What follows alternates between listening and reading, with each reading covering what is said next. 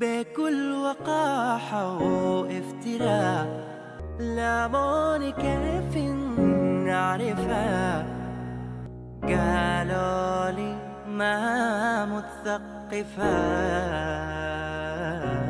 روية يا أخ متخلفة.